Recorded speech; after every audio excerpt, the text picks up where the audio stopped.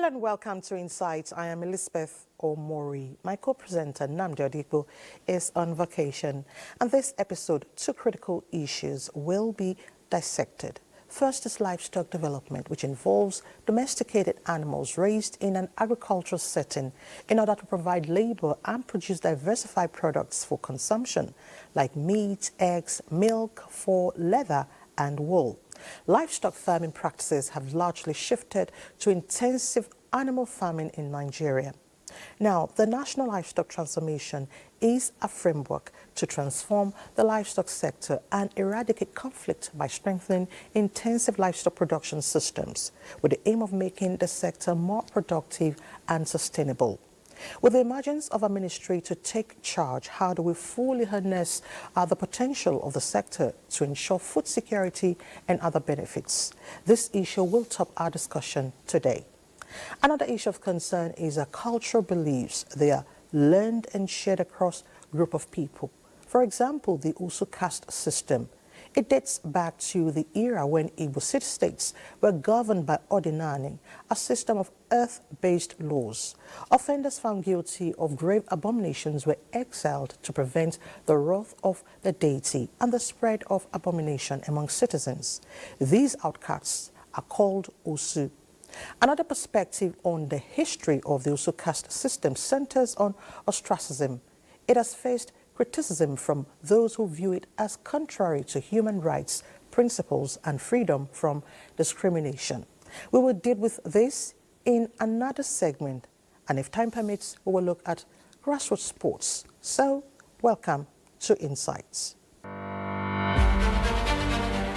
Whatever the issues are, the National Assembly is constitutionally empowered to scrutinize, however complex or intricate. We have involved all the academia, the members of the academia. We have involved the academies. Be it government policies or in fact any issue of public concern. Our job is to help you gain clarity and make sense of it all. This is not really healthy for our democracy. There's a lot of aggrievance in terms of who has been in power longest and who becomes the governor of the state. It's also in the quality of food being consumed. After all, perception is insight. And gaining understanding is also getting insight.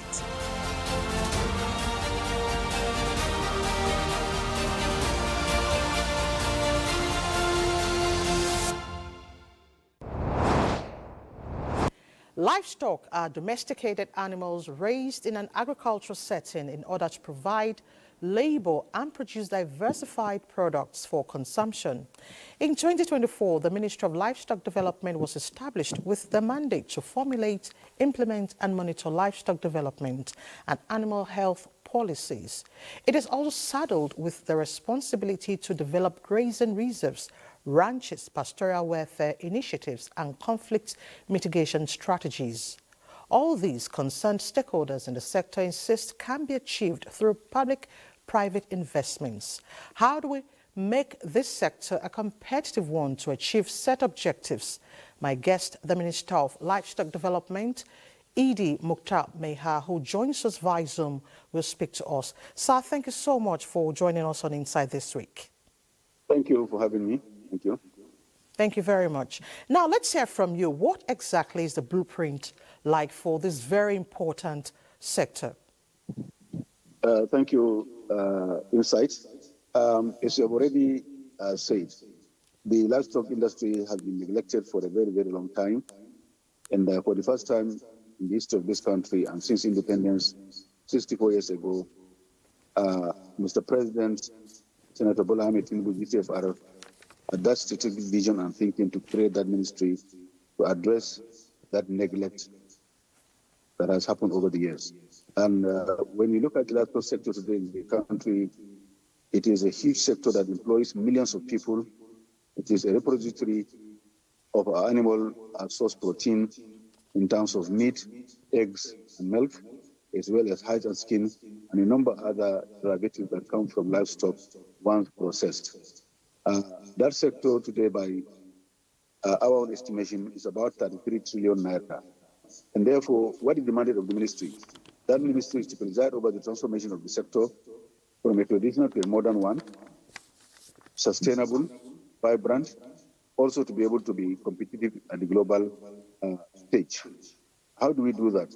We do that, number one, by genetic improvement of our livestock sector across the border will involve all the species, by managing animal health and diseases, by also moving, for instance, pastoralists who are today moving from point A to point B is a survival mechanism to be able to gradually resettle them in the grazing reserves so that all these other items I mentioned can be done properly, as well as optimizing the products from those animals. And therefore, this is what the ministry is all about. We are also going to work in concert with the private sector so that we create the enabling environment for both private and foreign investors to invest in this sector. That is to say that the livestock sector has been unlocked for all the value chains that have been dormant in that sector, to be triggered for people to come and invest and realize the full value for the country in terms of economic growth, job creation, food and nutrition security, as well as tackling poverty. Thank you. All right. Lately, some memoranda were signed to aid the development of this sector. Could you explain to us what these agreements entail? I do assume you are referring to the trip we had during the G20 summit in Rio de Janeiro, Brazil. Yes. There, while the summit was going on, myself and my other colleagues, we had the opportunity to cover a lot of farms in Brazil, Sao Paulo, Rio de Janeiro, etc., etc. We saw a number of farms, principally meat processors. In particular here, we were attracted to do that for having in mind three basic things. One, we wanted to identify the global players in terms of the red meat industry. We also wanted to see the scale of operations as well, their financial capability, and then one model were they running to source those feedstuff to process the meat they were processing and exporting all over the world. Now, we were satisfied that we discovered JBS Group. Now, JBS, by any standard today, is the biggest global player, if not number one, number two in many of the indices today in the red meat industry. We have been able to hold discussions with them, and at the end of the day, right in front of Mr. President and the president of JBS, we committed and signed a commitment to work together. Already, the first team came in January to do a reconnaissance, looking at our own local domestic livestock markets. They were satisfied with what they saw. Of course, there's a huge room for improvement. The second delegation is coming this February, and we do hope to meet them and probably concretize also that commitment physically on the ground. Now, the investment we envisage to receive from that commitment is about 2.5 billion, crystallizing into two beef plants, processing of beef, 2 plants for dairy, and then 2 plants for pork. And these are all aimed at both domestic and international consumption.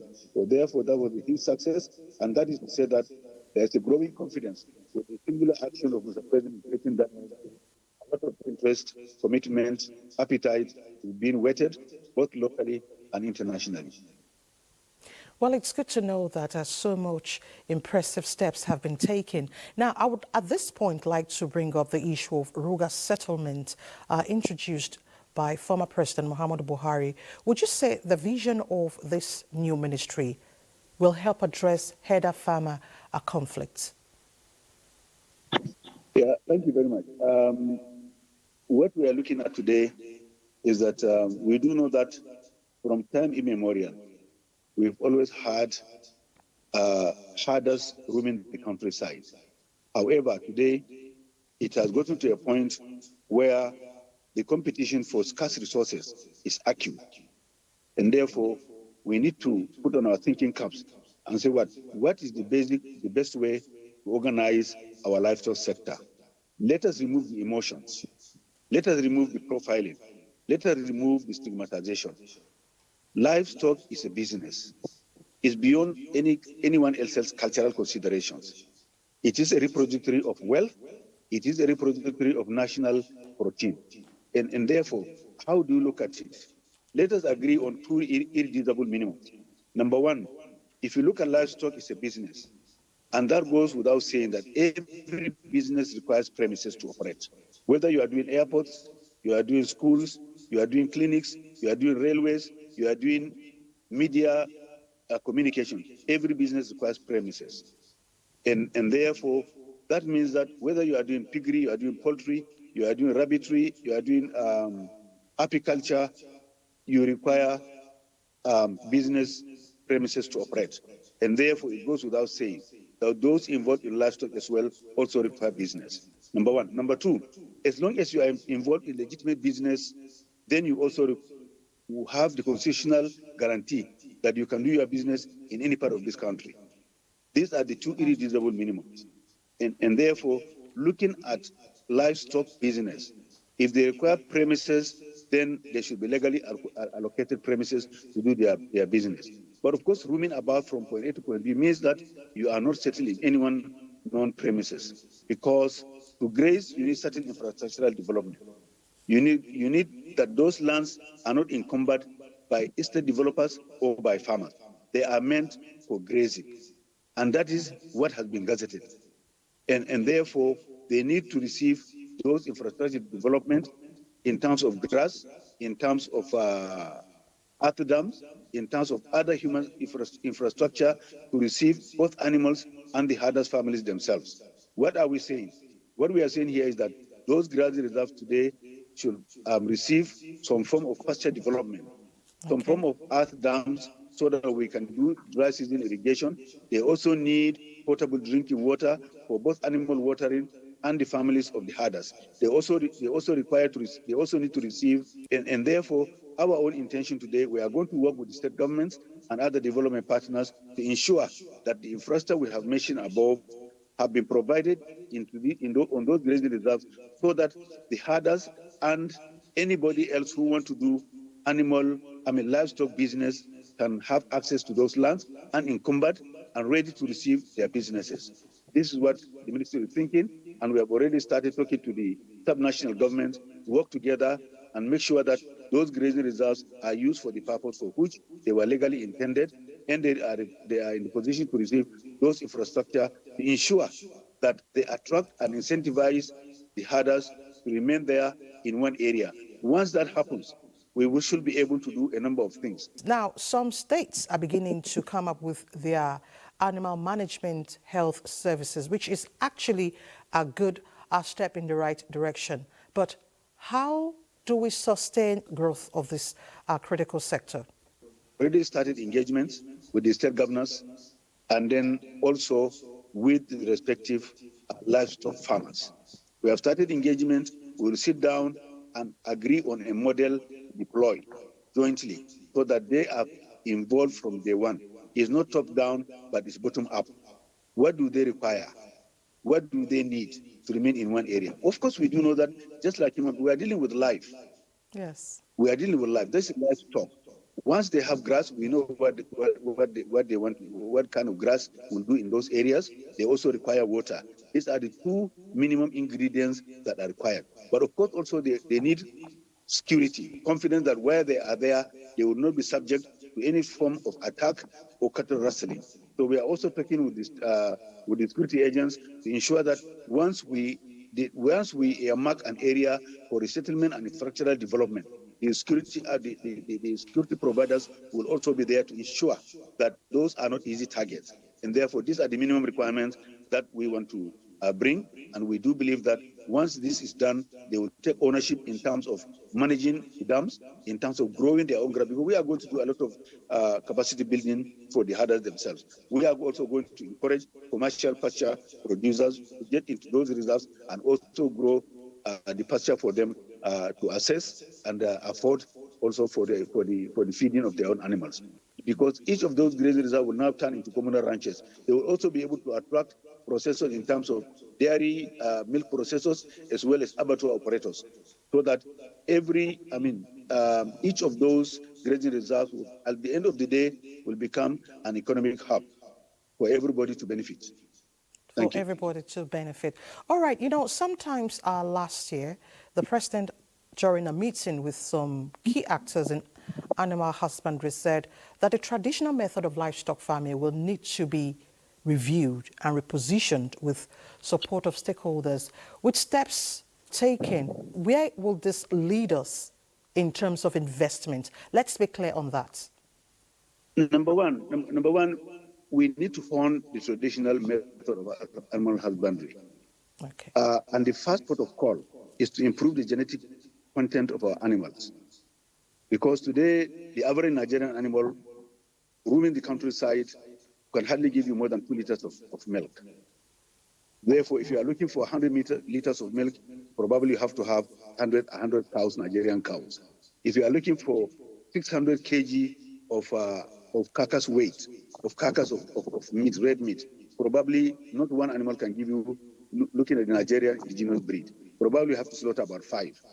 If you look at our goats, if you look at our sheep, if you look at our hens, our poultry, both layers and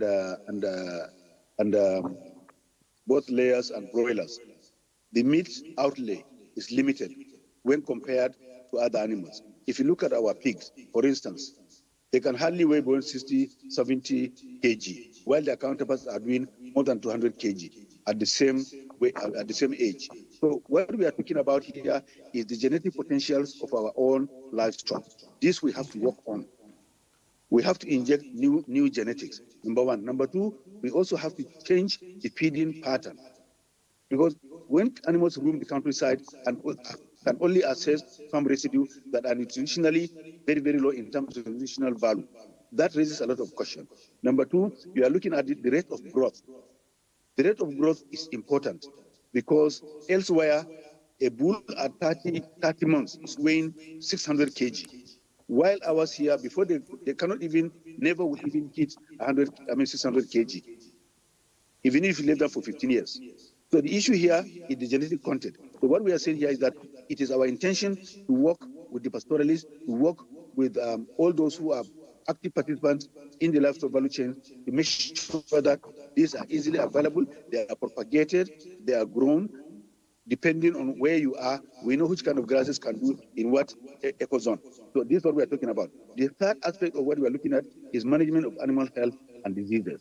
It's very, very important. We are today saddled with a lot of endemic diseases. We are thinking of foot and mouth, we are thinking of black water, anthrax, tuberculosis, EPR, Gomboru, Newcastle. All these are endemic diseases. We should be in the position today to provide all the vaccines and the trade and the manpower to be able to manage those. Without tackling these 3 basic issues, we cannot talk of modernizing the animal husbandry system in the country today. And we have to do this so that we ourselves in this country are eating hygienic meat, marbled meat, and getting the sufficient eggs, as well as also getting abattoirs, meat processing under internationally acceptable hygienic conditions. So this is what we're talking about, modern animal husbandry management. We have to do all those that I have mentioned. In the next 10 years, our own projection is that we are going to triple the national herd. What do I mean by that? At the moment, we have close to 20-something million heads of cattle. We have 80 million goats.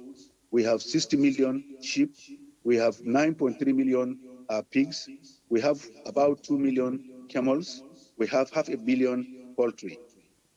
Please triple those numbers, quadruple those numbers. That is where we want to be.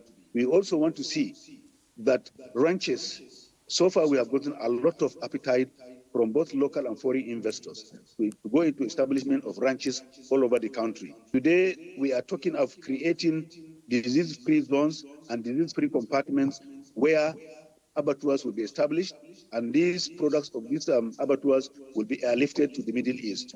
We are talking with a lot of governments from the Gulf states, and then their counterparts in Nigeria have also shown very serious appetite to go into red meat processing. We also want to see where today cold chain transportation of meat products is happening all over the country rather than transportation of live animals. So this is where we want to see the industry to be. We also want to see a situation where all the endemic diseases I have mentioned have been tamed and eliminated. Already we have a program very active today under the AU, that's African Union, by 2030 to eliminate DPR. We also want to see a situation where the National Veterinary Research Institute of this country, located in Jos, is in the position to produce 1,200,000,000 doses of vaccines across the board. Minister of Livestock Development, Idi Mukhtar Meha. Sir, thank you so much for joining us on Inside this week. Thank you for having me.